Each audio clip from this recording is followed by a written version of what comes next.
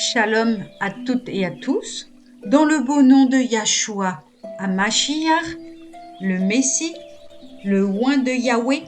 Amen. Elohim, Yahweh, notre Abba des cieux. Amen. Aujourd'hui, lecture dans Bemidbar, chapitre 36, pour la paracha Massé. Les chefs de famille de la descendance de Gilad, fils de Makir, fils de Manassé, de la lignée des bénés de Yosef, se présentèrent et parlèrent ainsi devant Moshe et devant les philarques, principaux chefs des bénés Israël. Ils dirent: Yahweh a ordonné à mon Seigneur d'attribuer le pays en héritage par la voie du sort aux bénés Israël. D'autre part, mon Seigneur a été chargé par Yahweh d'attribuer l'héritage de Sélophad, notre frère, à ses filles. Or, si elles contractent mariage dans quelques-unes des autres tribus des enfants d'Israël, leur héritage sera retranché de l'héritage de nos pères, s'ajoutera à l'héritage de la tribu où elles auront passé, et notre lot patrimonial en sera amoindri. Lors même que le jubilé aura lieu pour les enfants d'Israël, leur héritage à elles restera joint à celui de la tribu où elles auront passé. Et le patrimoine de la tribu de nos pères en restera diminué d'autant.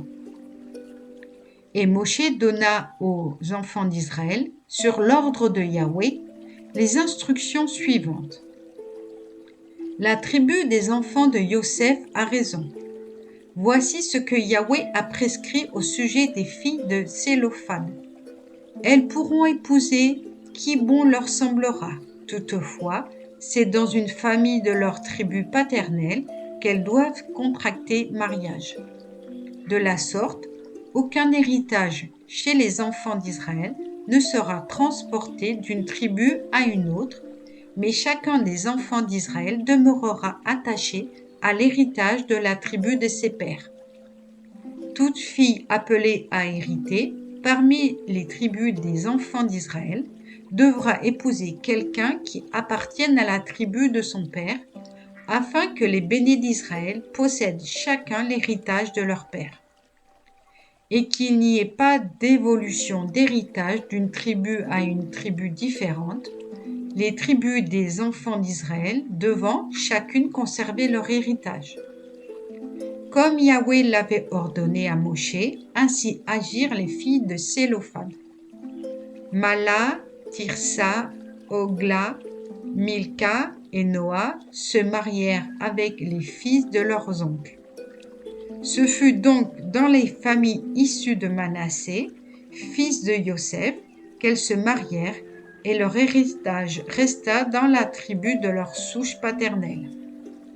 Tels sont les préceptes et les statuts que Yahweh imposa par l'organe de Moshe aux bénés Israël dans les plaines de Moab, au bord du Yarden, vers Jéricho.